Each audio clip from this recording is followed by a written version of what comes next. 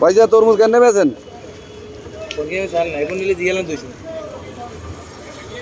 এগুলো যেটা নেই 200, আর এগুলা কারণটা কি ভাই? বরিশালের জিনিস না ভালো।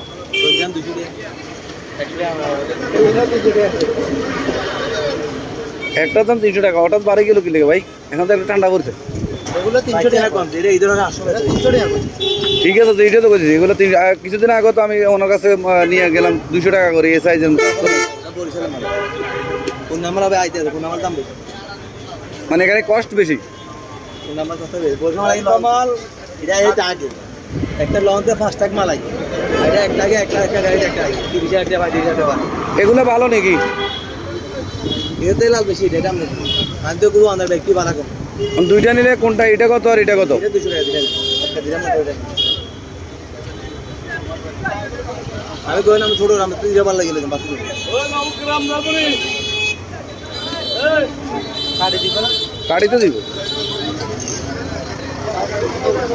তবে এটার থেকে লাল কম হবে। আমি যদি আমরা হাতটা এটা কইতে পারবো, এটার থেকে লাল এটা কম হবে। বুঝছি। এটা দুইটা নিলে কম হইব না? দুইটা 20 টাকা না, দুইটা 20 টাকা কম। লা হাওলা ওয়ালা কুওয়াতা ইল্লা বিল্লাহ। সাপ এটা 20 টাকা।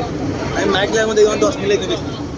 মাইক লাগে না, মালা যায় না, আরো দিকে চাইতে হইব। 300 টাকা তরমুজ।